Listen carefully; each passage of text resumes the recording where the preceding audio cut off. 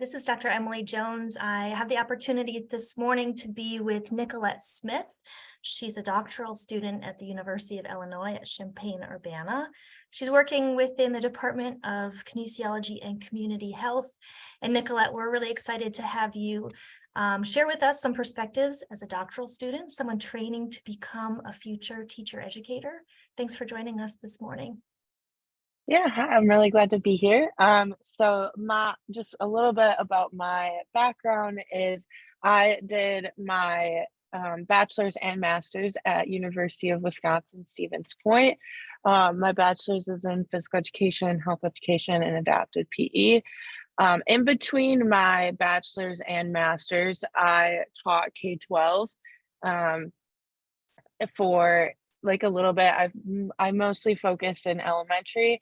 And so I had a long-term sub position where I was doing that for about a year. And then I went into my master's where I did 2 years at University of Wisconsin-Stevens Point.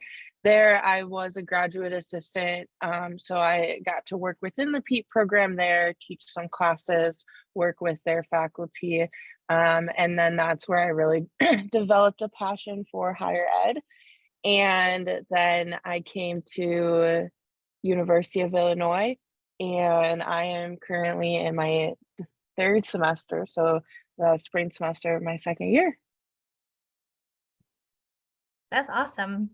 And Yeah. what drew you to think about training future PE teachers? It's a big role, and being in your third semester, you're probably starting to understand more and more of what that will entail. So talk to me a little bit about what drew you into higher education, and right now, how are you seeing the role of a teacher educator being significant to growing the field of PE and health in schools?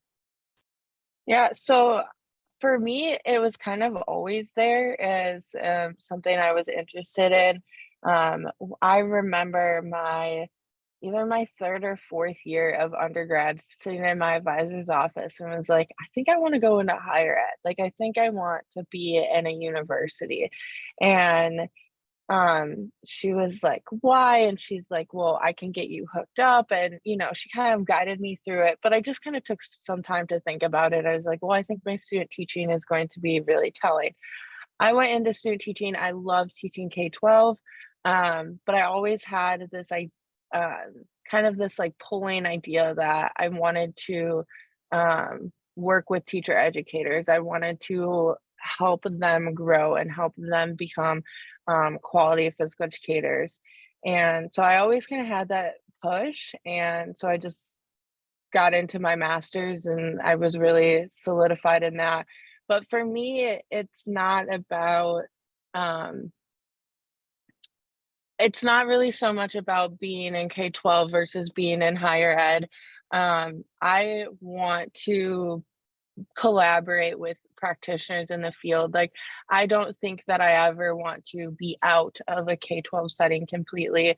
I like when I'm working with students that are doing their practicum and I get to go back to a school and um, have those connections and talk to teachers in the field and help students build connections. And so to me, I always kind of want that to be an aspect too, is having those relationships within the community.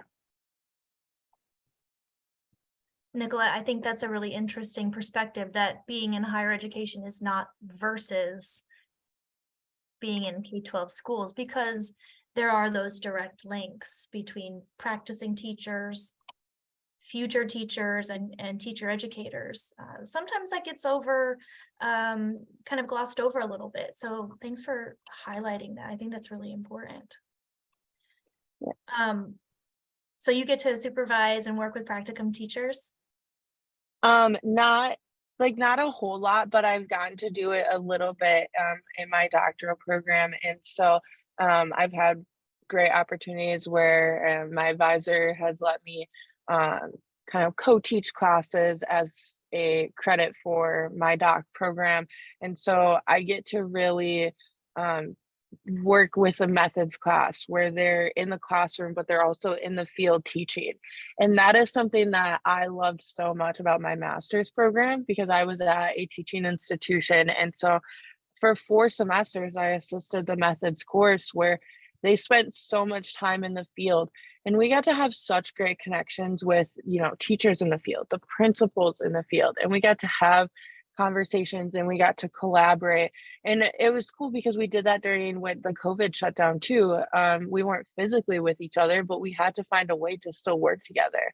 Um, and so that relationship has been important. And so to have that opportunity here as well, I think that just really sets me up for when I am finished with my PhD, that I want to have the ability to um, build those relationships or sustain relationships wherever I end up within the community.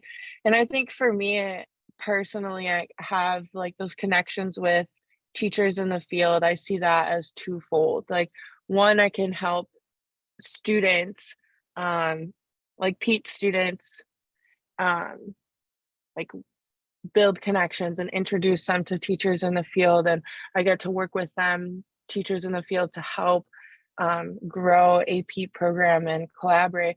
But I also enjoy the research part of it, where I get to talk to teachers in the field and share their stories and their experiences. We do a lot of qualitative research here.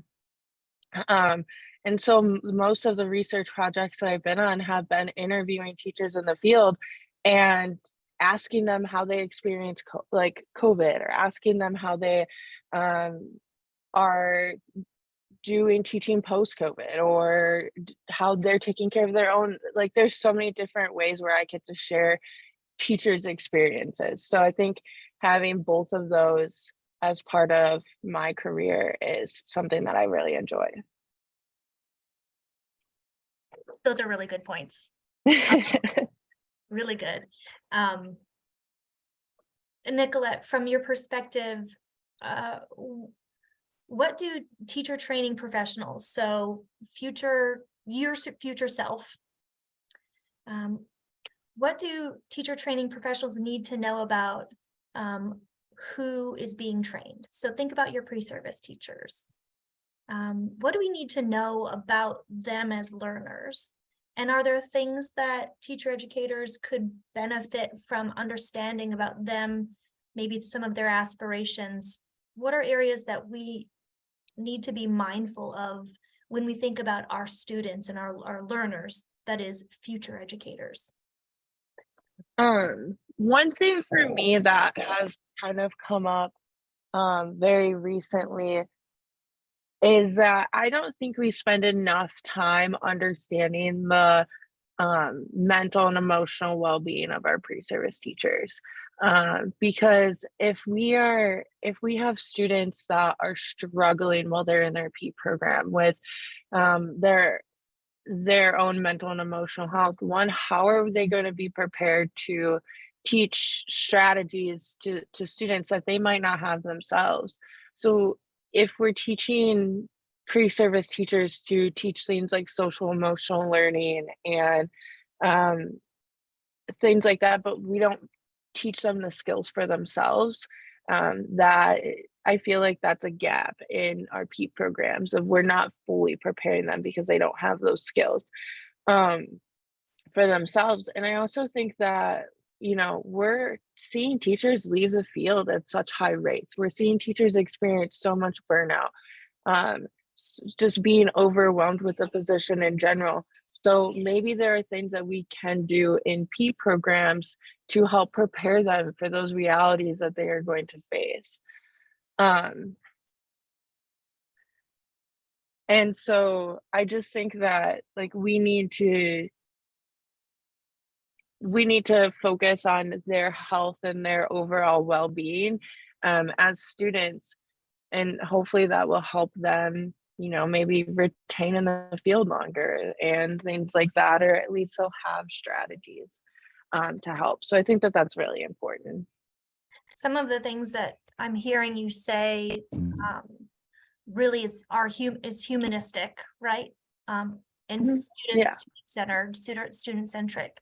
So when we're delivering or developing courses, it's about the content, but making sure that the students, our pre-service teachers, can make meaning and have agency to apply what it is that we're sharing through the lens in which they're experiencing it and what their background allows for them to grasp onto. When they make meaning of the content, perhaps, and see that they're valued within that experience, I think that can perhaps translate to them sharing content to their learners through that humanistic and student-centric lens, and puts the student at the middle, right? Yeah. And I think too, we need to maybe not necessarily do a better job, because I think that some programs are, but I think sometimes we need to make sure that students are prepared for the marginalization that they will face. Like when I was in my P program, I've heard about marginalization. I heard about these topics, but I didn't really know what it meant. And so you go into the field and you are taught, this is what quality physical education looks like, or this is what quality health education looks like. But then you walk into your first job and that's not what it looks like in the field. So what do you do? And I don't think I was ever prepared for that. Like I do think that I had a great training and a great education, but I think that we can't teach PEEP programs through rose-colored glasses. We have to show them the realities so that they're ready to face it and they're ready to, hopefully change a program for the better, or to just help. It'll just help them, I think. Nicolette, how do you think we could approach that in teacher ed programs? So what might be some strategies that you could see worth trying or valuable to attempt that introduces future teachers to the reality of schools today, and through the lens of preparing them to have the skills to best navigate bringing in both new ideas or tried and true strategies and innovation into the spaces where they will, hopefully be gainfully employed. How can we better prepare them for the realities of schools today? Yeah, so one strategy, and this is by no means a perfect strategy. I think that I'm still learning how to be a teacher. I know I'm still learning how to be a teacher educator, and I'm always looking for better strategies. But one thing I started to do in one of the P classes that I'm teaching here, is I'm having my students complete like a journal every class. So I give them one question and then they answer that question and they reflect on it. And so one of the questions I asked them was, what questions do you have about the field? What are some things that you don't feel prepared for, or what are some of the like politics that you think that you might face, or just some type of questions along those lines, and having them answer those questions, but not just answer that question. Then I take those journals and I look at what students have questions about, and then we have conversations. So if they ask, I had one student who asked me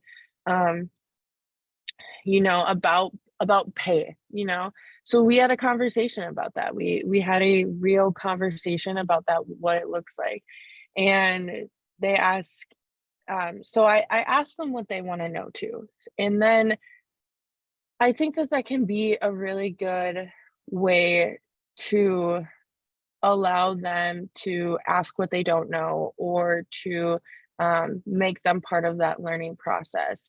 And then having them kind of look at like education in the news. What do they see? Education in the news and teachers in the news, because they know what's going on in the world and they hear those things. And as someone who is in a PEEP program or in any teacher education program, that can be really scary.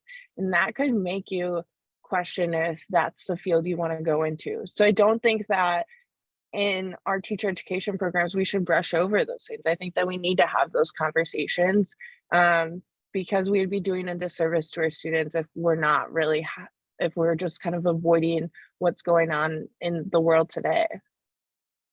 Yeah, context is real, right? In any career or profession, you're going to enter in to a workforce and a climate that has been established by the people who are working there, but also affected by what's going on in society. And within the last 5-7 years, there's been a lot of changes in schools where teaching and learning happens, the role of teachers, the acknowledgement of family, and the impact of social factors on readiness to learn.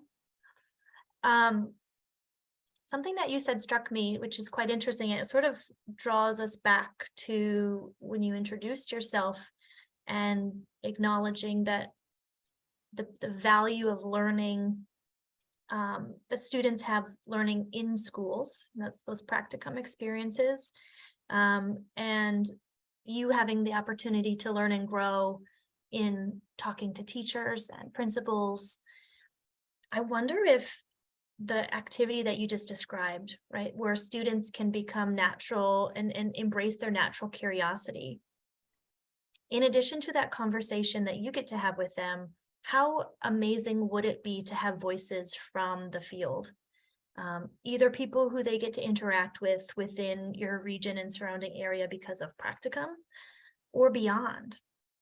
And so they get to initiate conversation with you in a safe space at the university, in a methods course or in a PET or health course, and then either engaging that in dialogue with a practicing teacher who zooms in, who physically comes in, or maybe they do one-on-ones, right? I think the voices of teachers and the diverse experiences and the diverse settings that all teachers are in, every school is different from place to place. That wouldn't happen without initiating that conversation at the university in their teacher training program. But it sort of bridges that idea that you had earlier about it's not a versus. We've got to break down these either invisible or tangible barriers between our groups, right?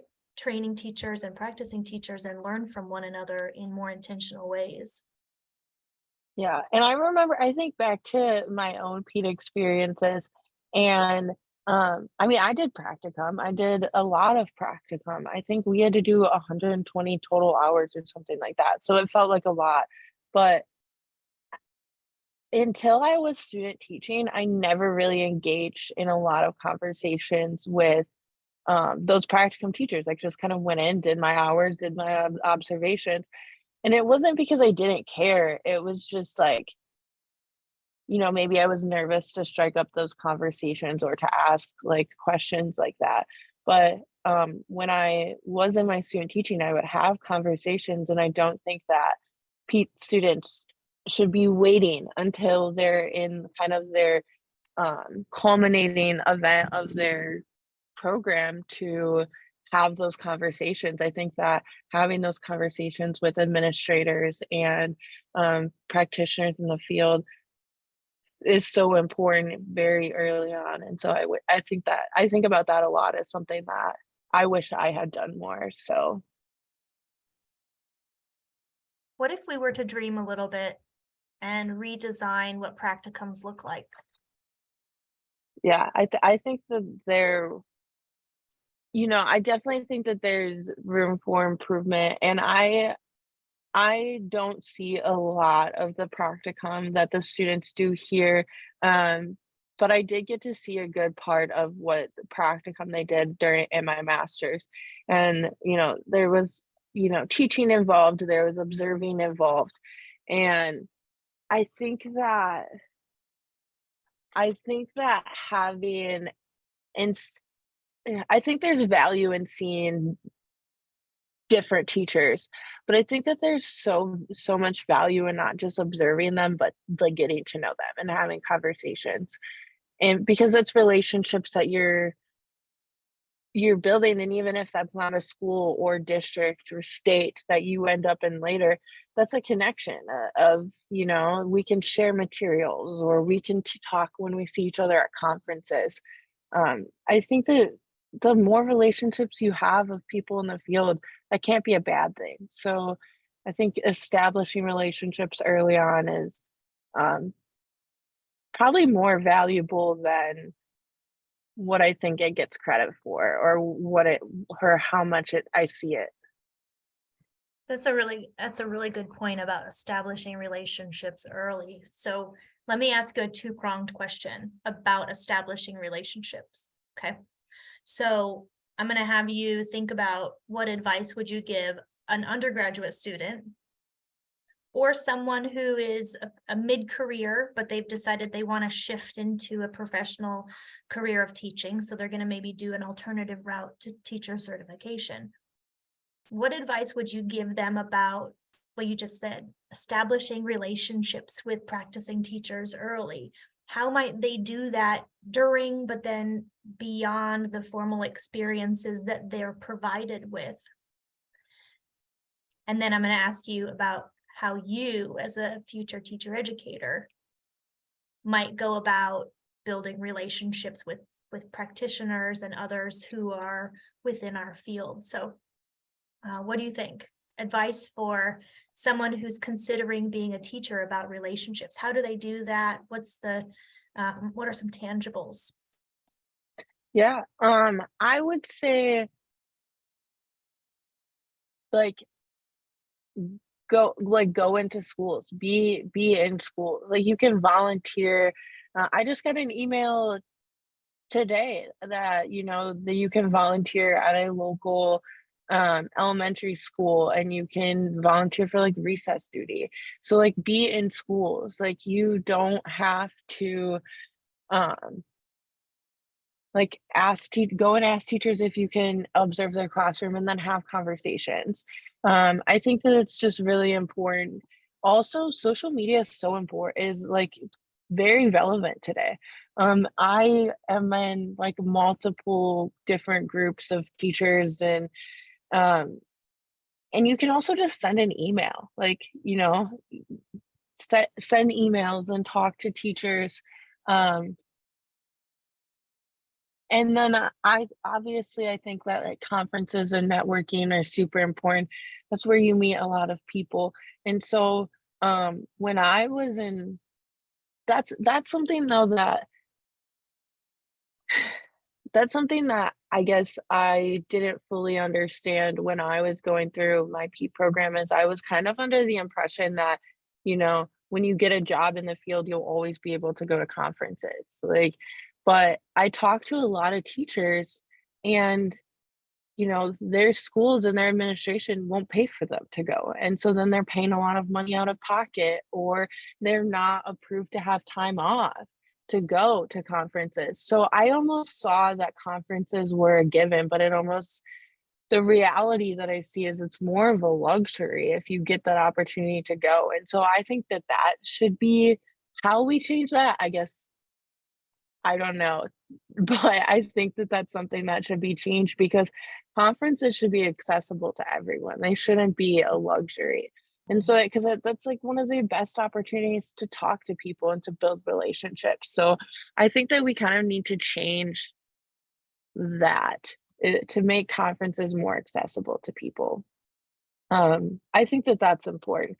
And I would say that I would give that advice for everyone. And my advisor always tells us, how important it is to go to conferences, and it seems silly sometimes and there's some stuff that we have to pay for out of pocket, but just being at like Shape America or being at IAFord, like those provide so much opportunity to network and get to know people at any stage of the game. So that's my blanket piece of advice for everyone. I think you're right. I mean, there's professional associations and professional organizations are important. They're Mhm. important for a lot of the reasons that you described.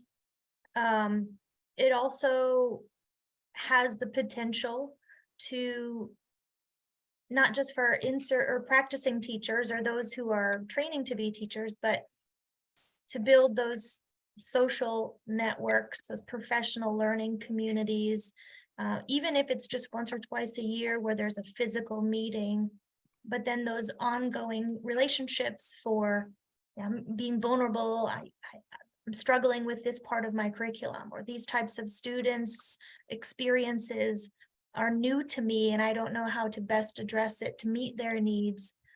Those relationships that you can build can be sustaining, and with some intentional focus or outreach, professional organizations could serve a really vital part in continuing and facilitating those relationships, and of course, developing knowledge over time. What about you as a future teacher educator? You talked about the value of relationships and partnerships that you can see and its role in your future career, training teachers and working with school administrators and school teachers.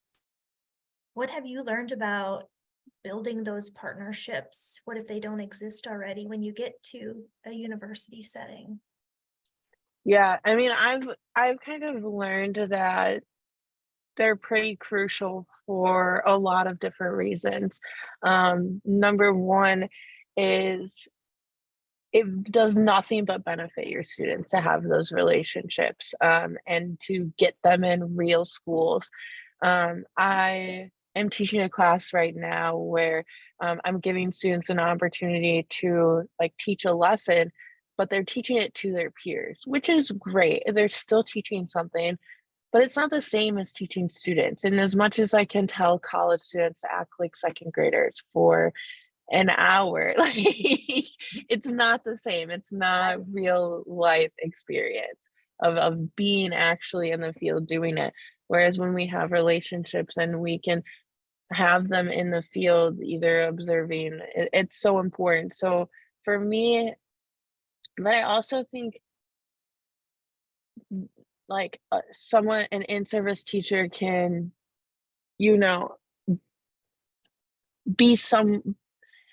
I remember when I was in my PEEP program and we were doing practicum in the field, and my in-service teacher that I was working with became just as much as a mentor to me as my advisor. So I think that that's something that I want for my students, to have that kind of mentorship from someone else as well. So I think like that's something I always want to try to continue to do. But I also, going back to the other piece of my job, is that research is, I want to be able to build relationships so that I can have conversations with teachers and I can share their stories. And I can, make people more aware through research of what is going on in the field or how we can improve things. And so for me, it's important both of those ways. Yeah, the partnerships, cooperating teachers or supervising teachers can provide that essential mentorship. They've got years of experience, they have context knowledge, what they've learned about children and their families and the impact of communities, how they've made content relevant, how they've managed students. Beginning teachers often struggle with managing classrooms. So what are some tips and tricks that they have in their back pocket? And then perhaps someone can learn a little bit faster, have a little bit more an advantage rather than trying to trial and error it on my own. Yeah. And I'm like 5 so far from having all of the information and knowing all of these things. So I'm still looking for advice and the best ways to do things. I collaborate with other people in my lab and ask them what they're doing. But I attend those conferences too. I'm still learning. I think one of the like big stigmas is that students that graduate from a P program are not or should not be expected to know everything. But we should instead give them the tools so that they know how they can, learn in the future when they are in the field and when they're not in a program. So I just think I just think that piece of lifelong learning is important for all of us, and I think that, like, for me, I don't wanna ever stop learning. I want to make sure that we emphasize just for a moment, Nicolette, the value of what you shared about the university faculty member and teachers partnership when it comes to research. Sometimes different teachers might shy away from invitations to participate in research projects for different reasons. Some of the work that you've described or that you do, and other health and PE faculty members who are researchers, is designed to give voice. You've mentioned that stories from the field, stories from schools, stories from teachers help to provide a little bit stronger and more robust view of what's happening. The lived experience of teachers, and those voices can do a couple of things. And you've described, as you're an aspiring and learning scholar, is it helps us not feel so alone. So my Mhm. experiences are unique and important, but sometimes I'm not the only one experiencing that as well. And when we're able to, as researchers, really invest in understanding practitioners and their lived experiences, sometimes it gives us some stronger tools to then turn around and say, you know what, I don't have the answer, but I do know that this collective voice of teachers in the field around this topic are also experiencing this. And here are some strategies that they've either used, or here are some ways that we can advocate together for change. Because as others have sort of described in different podcasts, and you described, we need to have this constant mentality of ongoing learning and continuous learning. And what we're doing in PE teacher education programs and health education programs and adapted PE programs need to stay relevant with what's going on in today's society and schools today. And one of the ways we do that is engaging in research and scholarship. Yeah, and that's something that I didn't really have an appreciation for until I came here and I was immersed in research and the things that, we get to do here is and sometimes I think that there's this like stigma around research. And um since I've been here, it's shown me nothing but just like the value of getting to, you know, I don't have to like assume what experiences people have because I can talk to them and I can share their stories. And so, yeah, coming here, um, showed me just like a new appreciation for that research piece and how important it is, to just connecting all the dots. Yeah. Nicolette, can you identify areas within schools today that we need to be more proactive in supporting and retaining high quality teachers in health and PE and in adapted PE? Yeah, I think my biggest worry as just a doctoral student, is just how are we preventing the loss of good teachers? Um, because they're not leaving because they don't care about teaching. They're leaving because of all these other things that are going on. And recruiting is so important, but retention is equally as important. And so I spent some time thinking about that, and I just wonder if we can do a better job of really advocating for the mental and emotional well-being of our teachers. And I think that I don't think that I necessarily have a perfect strategy for how we can do that. But I really think conversations, asking teachers what they need, how can they feel supported, and I just think having more conversations around their own well-being, because I think that we're failing to retain good teachers, and so I wonder how we can do a better job of that. That's critical. An area that I've started to explore with some partnerships here in my local area are how we can build systems of supports for teachers specifically to address those issues of burnout and stress and even that secondary trauma that teachers have experienced during COVID and how much they pour into their learners. How can we tap into existing structures or supports mechanisms that exist in our community and our schools that provide services to students? Might we repurpose those or reframe them so that they support our educators and our school personnel, those who are working with kids? I think you're really onto something there. Nicolette, do you have any last minute either words of advice or thoughts from your seat right now as a doctoral student, as a future teacher educator in training, that would be helpful or valuable to share? And Nicolette, do you have any last thoughts that you want to share as a current doctoral student, someone who is training to work as a future teacher educator? Yeah, my kind of last thoughts are,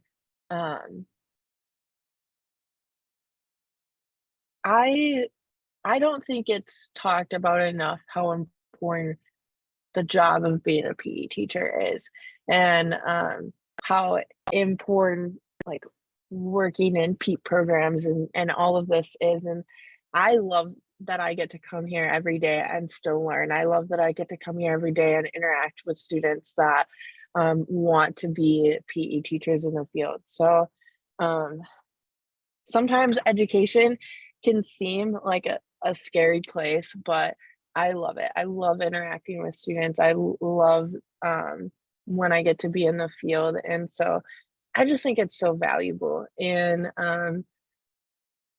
I just, I guess my only kind of like last thought is just, I think it's really valuable that you are having these conversations, because just talking to people is just so important.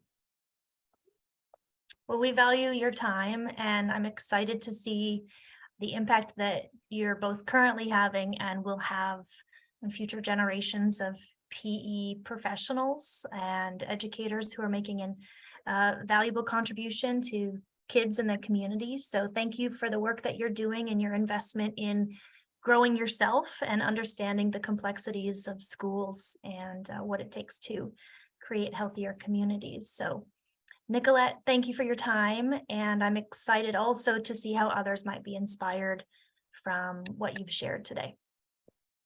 Thank you.